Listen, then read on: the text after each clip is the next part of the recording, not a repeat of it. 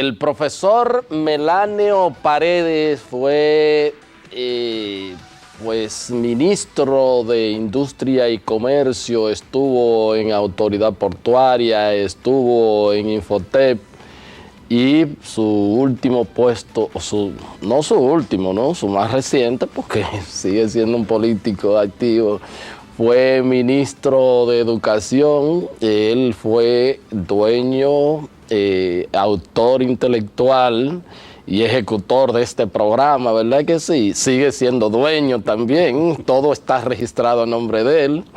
Y por supuesto Melanio es un gran amigo bajo cualquier condición, que yo pues me enorgullezco en eso y agradezco sinceramente que en este momento pues haya aceptado esta invitación para que compartamos temas de interés general, interés educativo y hablar un poquito de política. ¿Dónde todo, profesor? Muy bien. Y gracias por la introducción. Yo espero que no me llegue en alguna ocasión una factura cobrando el programa. Debe llegar. Pero enorgullece a uno ver cuando un hijo se desarrolla y se mantiene al nivel que se ha mantenido el programa. Sí. Y naturalmente ese es el genio del buen amigo Héctor Herrera Cabral. Eso lo dice porque es mi amigo. Miren, bueno, entonces usted después que salió de la cartera ha estado pues dándole seguimiento a la calidad de la educación y haciendo aportes a manera de literatura, de investigaciones, de pues presentarles diagnósticos a las autoridades de turnos, al país, para que pues reflexione en torno al tema cascareado de la calidad de la educación, que muchos sectores, que mucha gente hablan, pero que uno pues nunca veía que presentaban soluciones y alternativas. Así es. Y bueno, en eso ha estado y la producción ha sido verdaderamente importantísima. Y quisiera que nos ayudara un poco a entender, que nos explicara más en detalles de qué se ha tratado todo esto. Gracias, Héctor, y un saludo a los amigos televidentes de Agenda. Efectivamente, nosotros es nuestra vida, es nuestra pasión. Más de 2/3 de nuestra existencia dedicado al sector educativo. Es muy difícil, aún dentro de los más grandes percances, que tú te pueda abandonar la tarea y la preocupación por lo que ha sido parte consustancial de tu vida. Por eso en estos 2 años y medio, desde mi salida del ministerio, hemos entregado a la sociedad dominicana 3 libros. El ranking 1, clasificación de centros educativos, 2011, ranking, el número 2, que es el ranking clasificación de centros educativos 2012, y recientemente, en junio pasado, entregué mi libro La quiebra de la esperanza. Y todo ello con el propósito de que pudiésemos dilucidar, pudiésemos retomar el debate sobre un tema tan esencial como la educación. Debo decirte, Héctor, que me he sentido satisfecho, y es un poco lo que digo en mi libro como la rueda marcada de la historia. Creo que estamos en un momento importante, hay una voluntad manifiesta del presidente de la República, el compañero Danilo Medina, no solamente de quedarse en lo que fue una reivindicación muy bien expuesta, pero que no lo es todo, y es la inversión del 4% del Producto Interno Bruto para la educación, sino lo que puede conllevar una inversión de esa magnitud. Tuve la oportunidad de asistir a la graduación de los primeros 70,000 alfabetizados del programa Quisqueya Aprende Contigo, y allí vi a un presidente comprometido con una causa, que incluso tomó ese acto en el Palacio de los Deportes el jueves pasado como una rendición de cuentas. Así es. De su primer año de gestión, centrada en lo que había planteado, estaba haciendo y se propone hacer en materia educativa.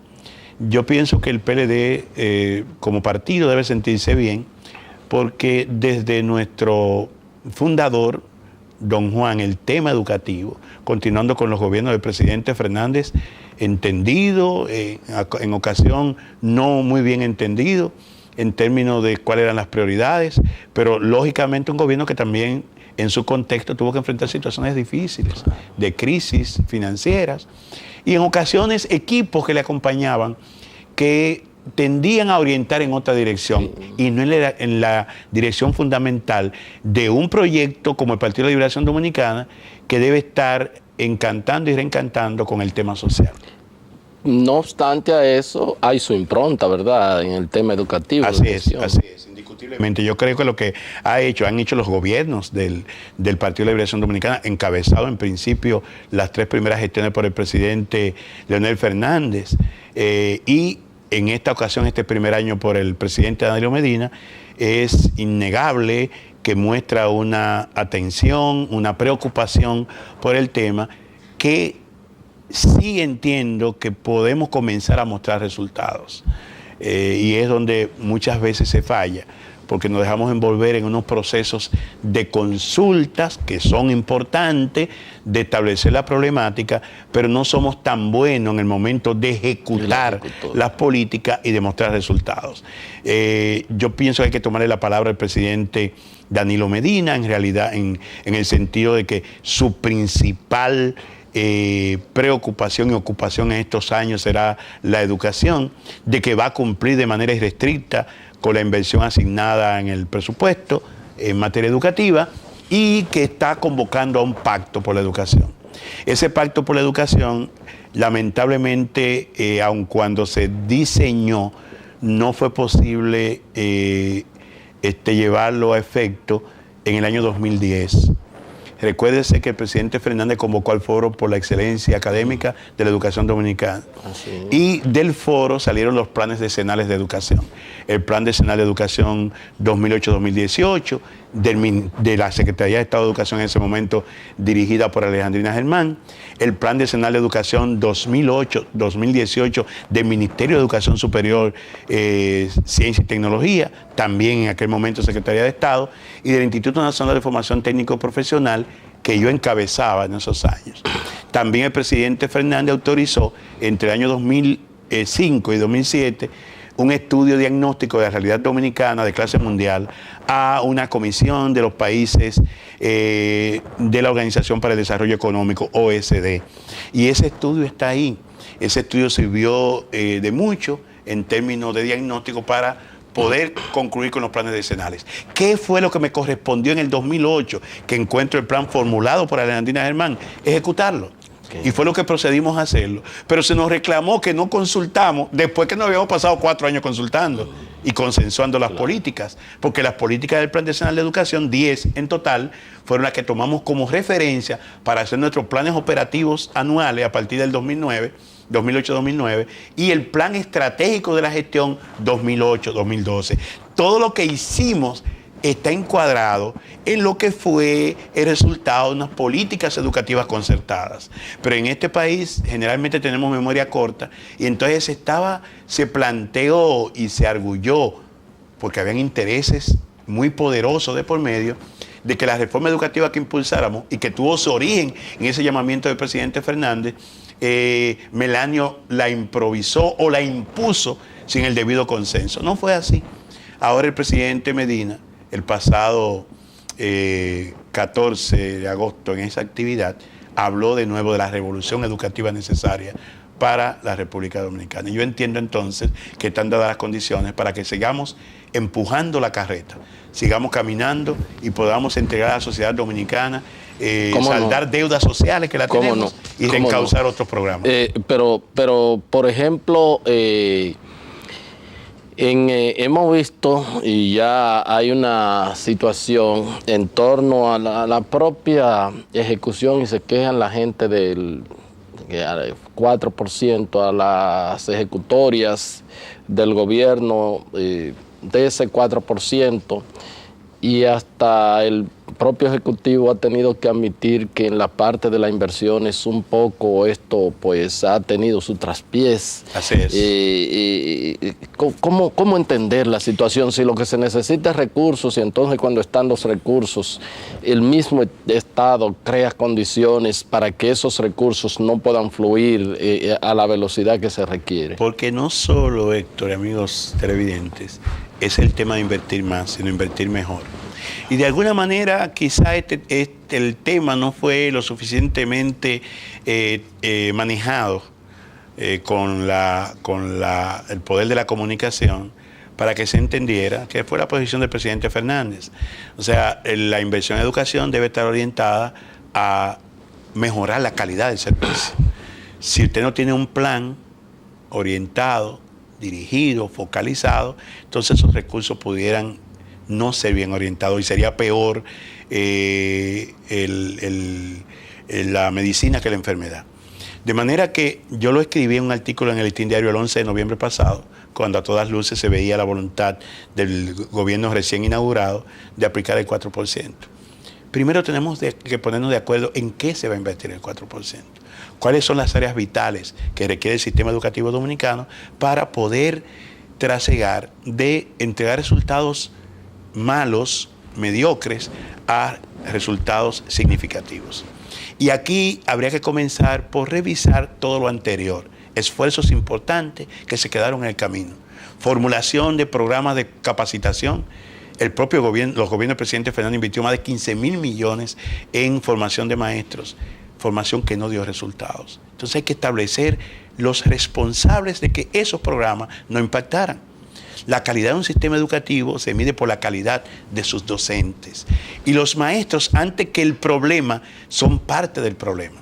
Por eso yo he abogado por una nueva ciudadanía, una nueva profesionalidad del magisterio que le permita desarrollar habilidades y manejar herramientas propias del siglo XXI, porque fuimos lamentablemente formados bajo el esquema del siglo pasado.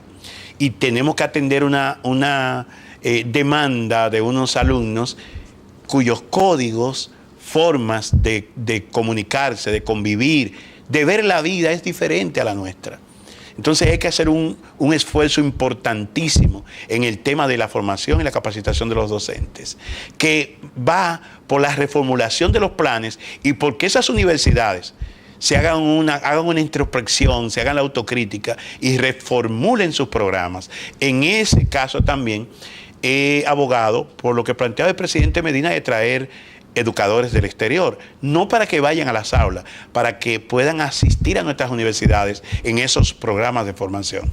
Y para ello también hay que tenerlo, hay que saber dónde escogerlo, porque no todos los países tienen éxito en materia educativa. Claro. De manera que hay que ver qué países tienen buenas prácticas, poder alimentar el sistema educativo de esas buenas prácticas con recursos humanos que vengan a participar como formador de formadores. El segundo elemento es que, y lo señalaba, el problema de la cobertura no solo radica en el tema de infraestructura.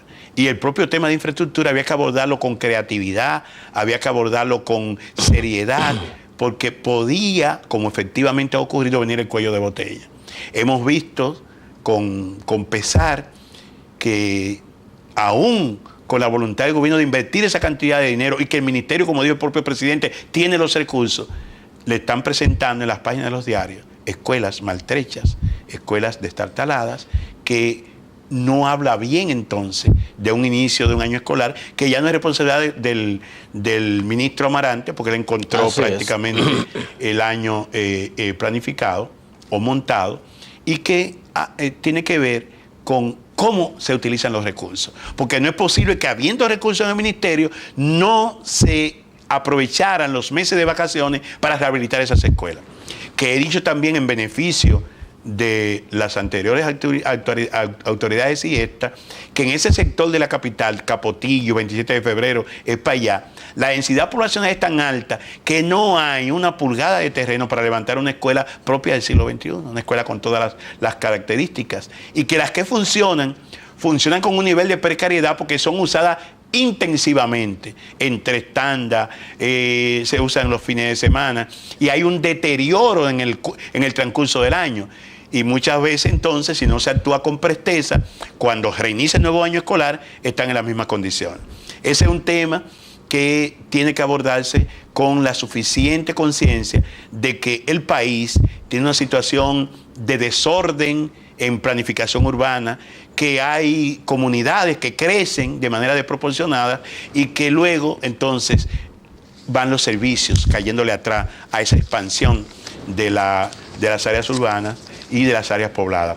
Y naturalmente también hay que tomar en cuenta un elemento que es positivo, y es que la población estudiantil ya es vegetativa. Hace unos años que no crece. Sale un grupo de bachilleres, 100 y tantos mil, entran 100 y tantos mil a los 5 años en preprimario. De manera que, como hay una población que es estable, 1.7, desde el Ministerio de Alejandrina hasta la fecha, ha oscilado entre 1.65, 1.8 los alumnos del sector público que tiene que atender el ministerio. Eso permite una planificación por región, por provincia. Porque ya es un dato que está ahí, o sea, se puede planificar con ese dato. El otro elemento, y es el más importante, no por eso lo he dejado de último, el tema curricular, que es el que se vincula exactamente con el tema calidad.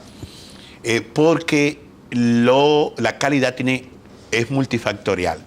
Y el tema curricular, entonces, qué aprenden nuestros niños y cómo se puede garantizar que eso que aprenden tenga significación, que pueda impactar sus vidas, que pueda resolverse las 3 dimensiones que debe proveer toda educación: la dimensión individual, que los niños y niñas descubran sus talentos y lo incorporen como proyecto de vida; la dimensión cultural, y es que la educación le permita convivir con otros seres semejantes a ellos, y que esa convivencia sea armónica en un entorno que tiene oportunidades y tiene también limitaciones; y la dimensión económica, y es que la escolaridad, ya sea a nivel medio o a nivel universitario, debe permitir que el individuo adquiera unas competencias y unas habilidades que le permite integrarse a la vida productiva de manera positiva. Fíjate que son 3 dimensiones que, si se resuelven en el interín de la escolaridad de un ser humano, de una persona, entonces muchos de los problemas que acarrea la sociedad dominicana no fueran hoy una preocupación permanente. ¿Cómo no? Bien, vamos a solicitar el permiso del licenciado Melanio Paredes, es ministro de Educación. Vamos a un corte y ya regresamos con la parte complementaria de la entrevista.